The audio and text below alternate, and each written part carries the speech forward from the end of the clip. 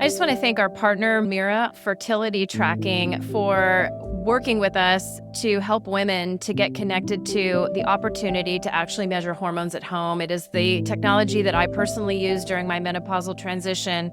It was life-changing for me. You can find more information on Mira on our website at menocoaching.com, and you can also find it in our show notes. We look forward to supporting you in your hormone transition.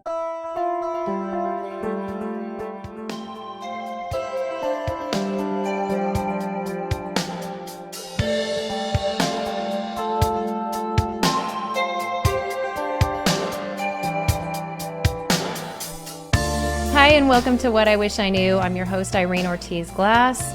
What I Wish I Knew is dedicated to providing women with information and a guided path to finding healing, purpose, and joy. It is also to provide women with power and permission to go inward during the time of perimenopause and menopause to find their inner compass while actively making choices that allow them to thrive during this period of time in life. In this season, we are focusing on issues surrounding the menopause transition and what I wish I knew. Today on our podcast, it is my absolute honor and thrill to have Kristin Taylor with us today. Kristin is a life and executive coach with over 20 years of counseling and coaching experience.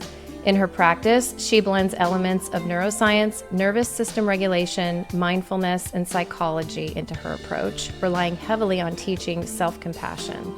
She speaks on issues of mental health and stress management in the workplace and hosts the podcast, How I Made It Through, which explores the intersection of spirituality and resilience. So, Kristin, you and I know each other well. You do work with us both at Leadership Advisory Group and in Meno Coaching, and I am just so fortunate and blessed to have met you because the work that I believe that you do with our clients and with other people in the world is so very important to healing and to health. And so would love to just spend a little bit of time getting to know you. Perhaps like all of our guests, I like to understand like what brought you to this work. You know, choosing a career in this space is quite unique. So how did you end up as a life and executive coach in this space? Yeah, well, thank you so much for having me. It's such an honor to be here. And I love that you are doing this show. If I had had this show 5 years ago, it would have been so meaningful. So love you paying it forward. I feel like this field chose me. So starting back, I'm going to get way, way back. Go back. So as a child, I grew up in a family where there was domestic violence.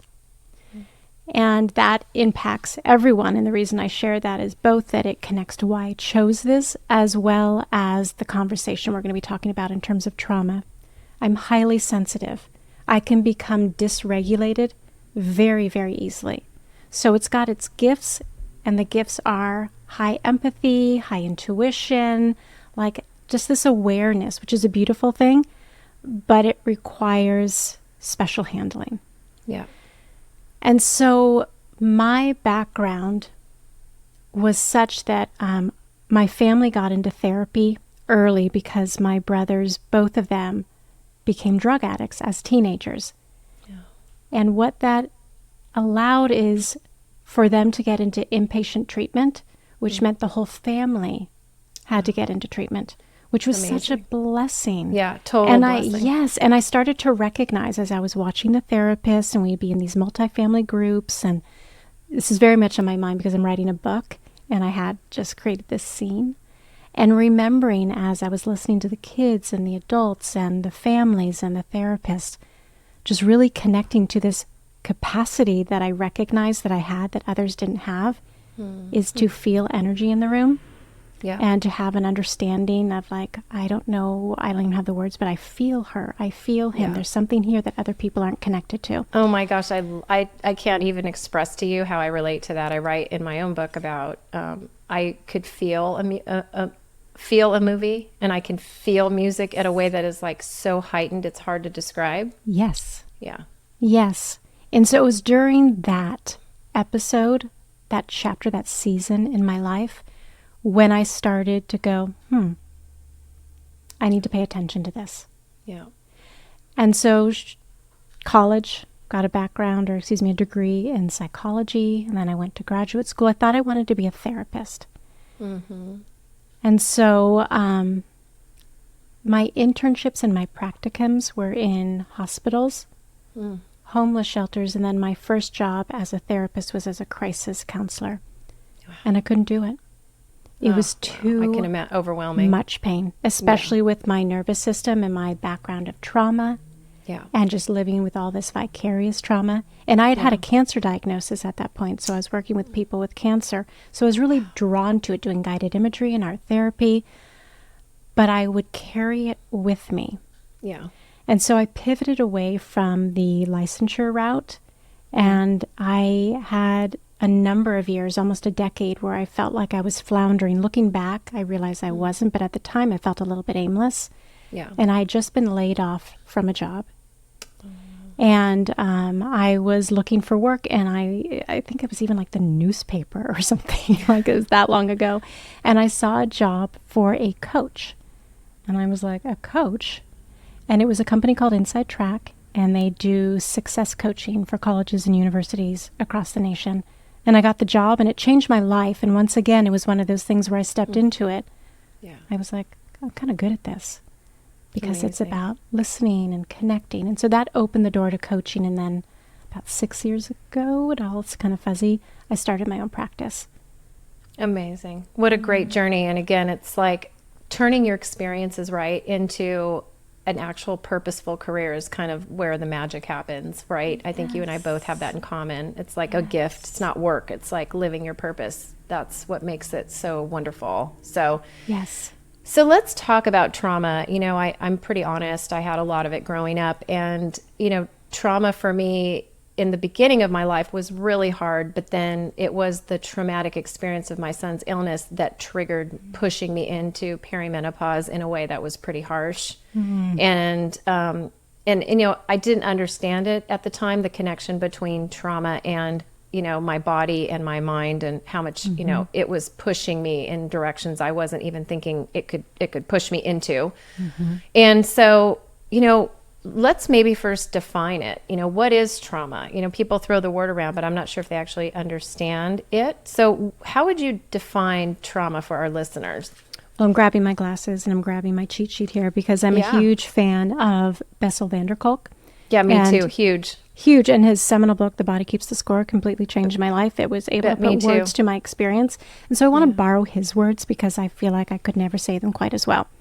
In preparation for this question, trauma is an event that overwhelms the central nervous system. So it alters the way we process and recall memories.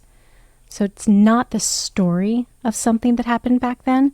It's the current imprint of the pain, horror, and fear that's currently living in people. That's how he describes it, and that's how I experience it. Me too. Yeah. It's like a very visceral internal reaction to a picture in your mind that only you would ever see. And I think that is so very powerful, what you just said, because we all have our own internal picture and it's different for everybody. But if you've had trauma and you get yourself there, man, you feel it.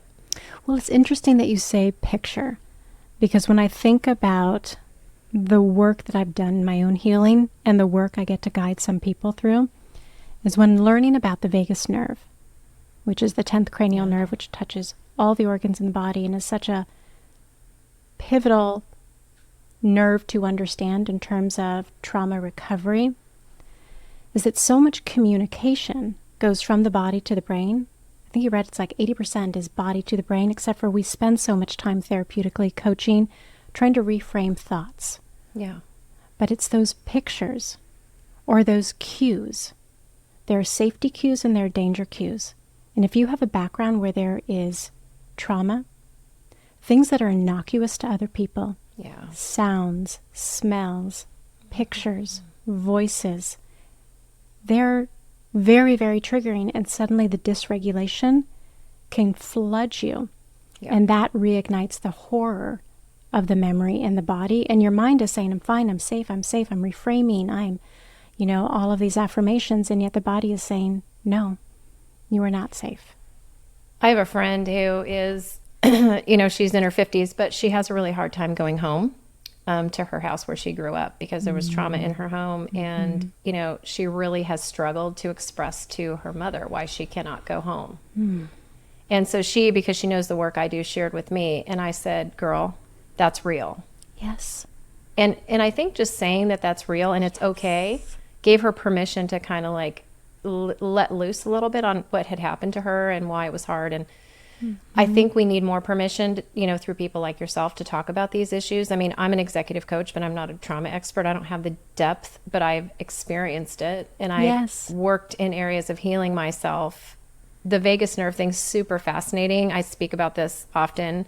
I used to sing in my room all the time when I was a kid because there was fear in the house for me. So I would sing like all day. Yes. And here I am, like, I don't know, junior high. I don't know why I'm singing all the time with the music loud, but I was trying to stimulate my vagus nerve.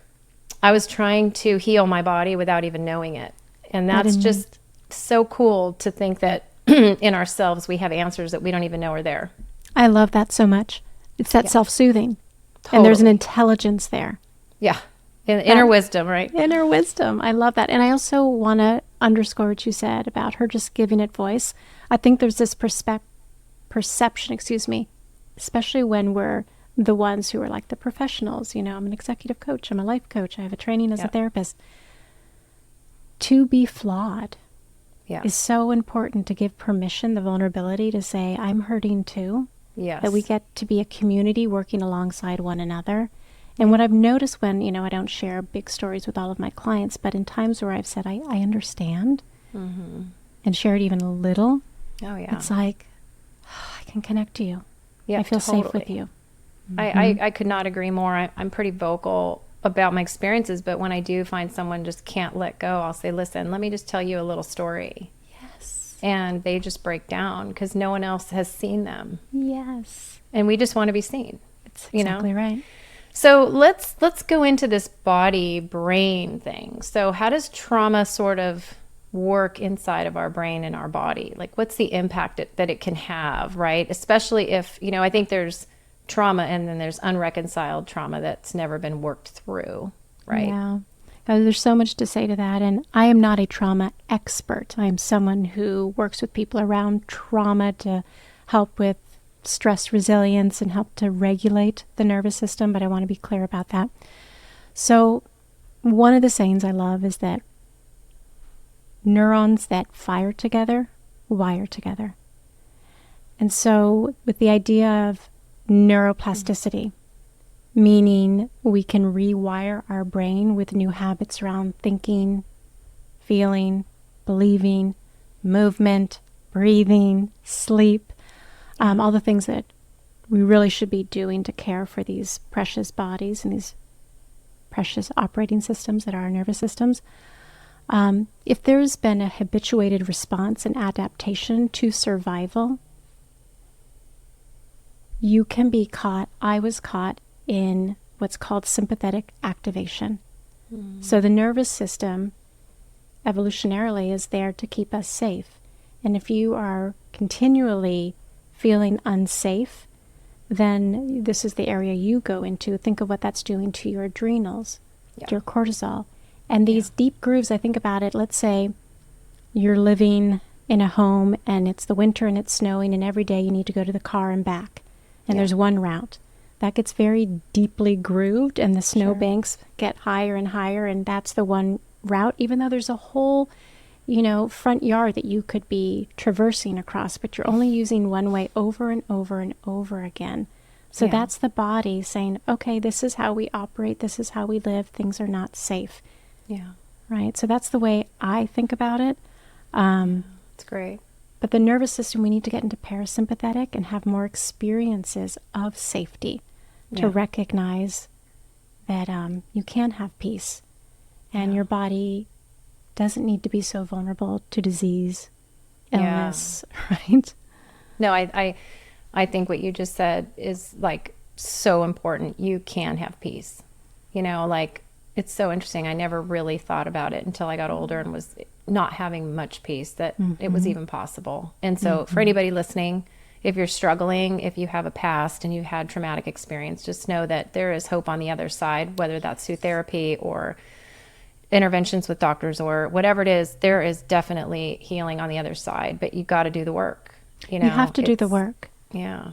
You know, it's so interesting because even a number of years ago when I first was starting my coaching practice, and even before that, when I think about the time of perimenopause and then menopause, the conflation of these events that were in my life, like deaths and caring for a mother with Alzheimer's and having a child and marital challenges, all happening at the same time that this is happening with your body. Yes. It can feel like I cannot imagine ever sleeping well, ever not feeling like I'm fighting back a panic attack. Totally. And so now when I'm able to have conversations like this, meet strangers, do things that before I wanted to do but felt too scary because I felt like my nervous system was just too dysregulated for me to be present to anything ambitious or wonderful in my life. Yeah. When it happens, I'm like, I'm healing. Yeah. It is possible. Yeah. The work does make a difference. It does. And I always tell people it's not like a pill that you take or a process that's one and done. I feel like I'm always working on it. And some days are better than others, right? Some days I have a day where I'm off and, you know, I don't understand and I go back and go, oh, it's that, you know, coming back in, trying to come back again. But I'm much more aware of how to deal with it. But let's talk about hormones for a second. So, you know, my overall experience in treating women in this space and working in my own body is this very strange feeling of your body being weakened. So perimenopause is a time of extreme fluctuations of estrogen and progesterone, and the cortisol levels are extremely high and dysregulated as well. If you've had a history of trauma, it's been scientifically proven that your cortisol is pretty much tanked out by the time you get to peri.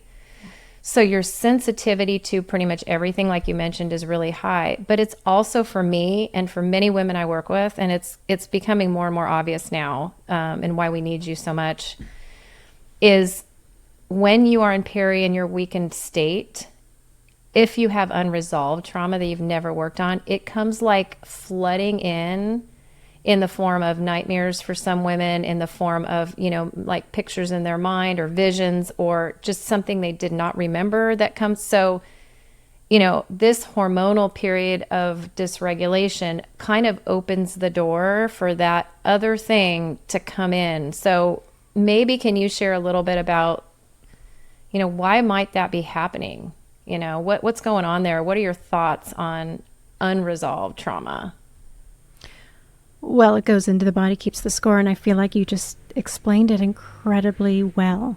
Incredibly well. So in this weakened state, those memories are locked in the body. They're locked in the nervous system. Yeah. And all of these, I talked about coping mechanisms and brilliant childhood adaptations. Like think about a little girl or a teenager who is dealing with just such challenging circumstances, and she's doing the best she can. You singing. You had no idea the wisdom. You're trying to make it through. Yeah. And these coping mechanisms, some of them are not as good. Right. Some of them, most of them, are about blocking feeling.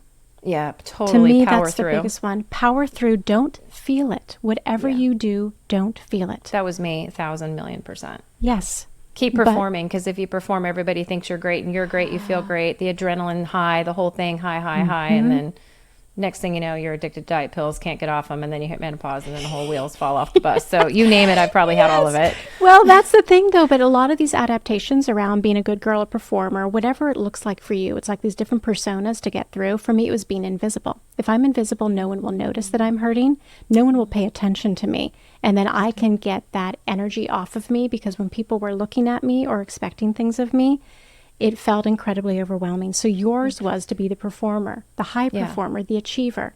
Right. Other people, it might be something that's not, you know, recognized as valuable. But there's a way that we do it where we create this identity trap. It's not who we are, but it gets reinforced and validated in some way. For me, it was I could be quiet. People aren't looking at me. I can finally be quiet because I'm so noisy inside with the overstimulation of being so sensitive.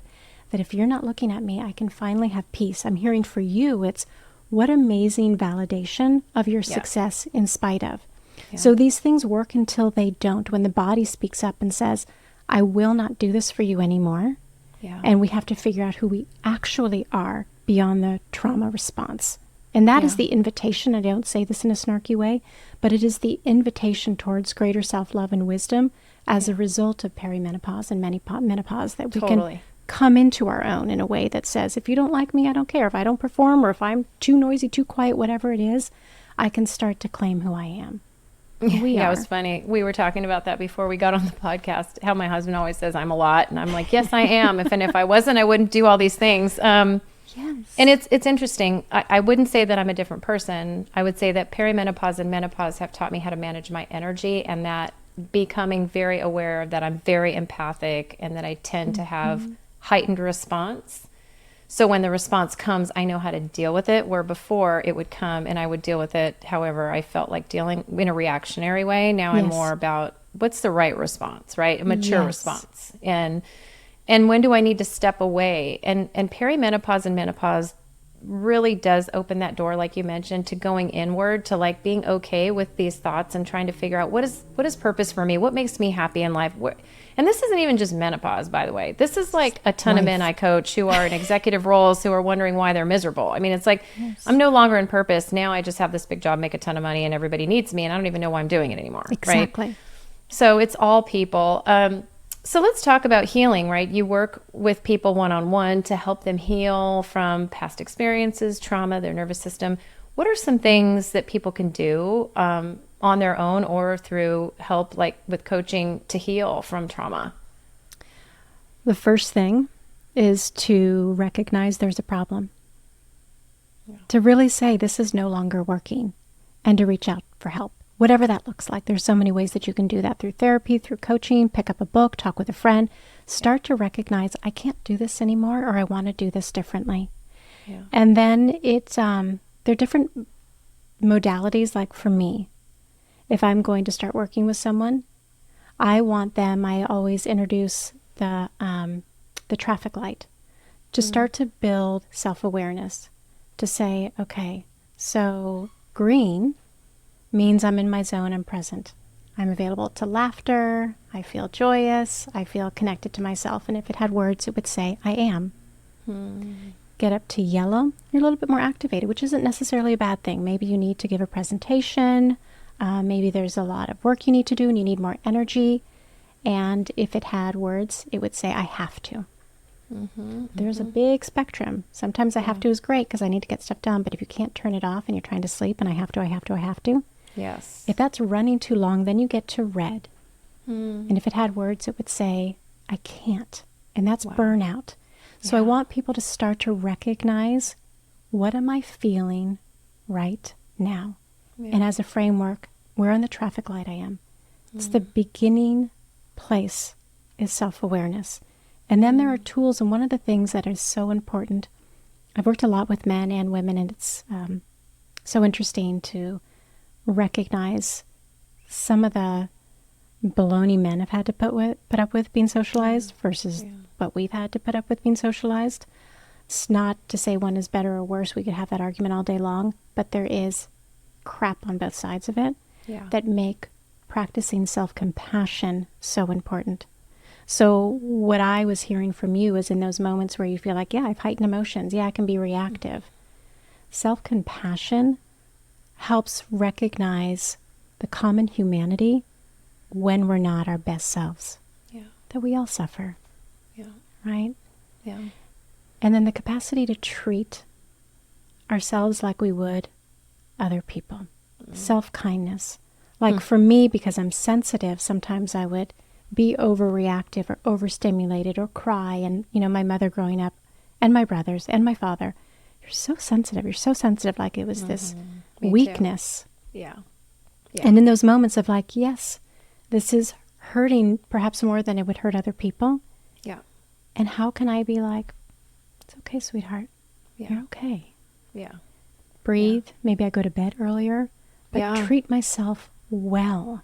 Totally agree. That hormonal transition does require a lot more, self-compassion. Like, what do I need now or today? Or how can I be the best to my people, but also to myself? Because I've spent 40 years being great to everybody else, but it's my turn.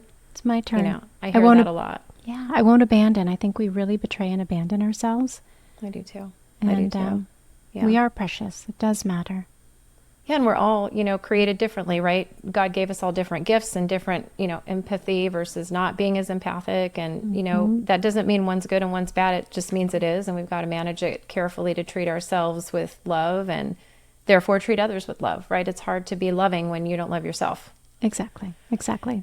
So, Kristin, I'm just so glad people were able to hear all about this today. How can they find you if they're interested in working with you or seeking additional support for the kind of coaching that you provide in this area? Yeah. Well, luckily, I'm so honored just to be beginning working with you. So through the Leadership Advisory and Meta Coaching, as well as they can go to my website, which is KristinTaylorConsulting.com, and it's Kristin, or they can reach out to me directly at CoachKristinTaylor@gmail.com.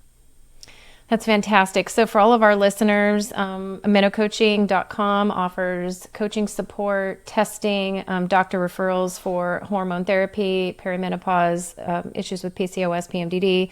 And, obviously, please subscribe to What I Wish I Knew on Apple iTunes. Leave us a comment on Apple so we know that you're listening and interested in what we have to provide. But just so glad everyone's here today. Thank you for your time, Kristin. So great to have you. Appreciate you. Thank you so much. I appreciate you right back. It's such a pleasure. What I Wish I Knew is produced and distributed by EIQ Media Group, LLC. Elevate your emotional IQ with podcasts and content focused on leadership, mental health, spirituality, women's health, overcoming adversity, and more.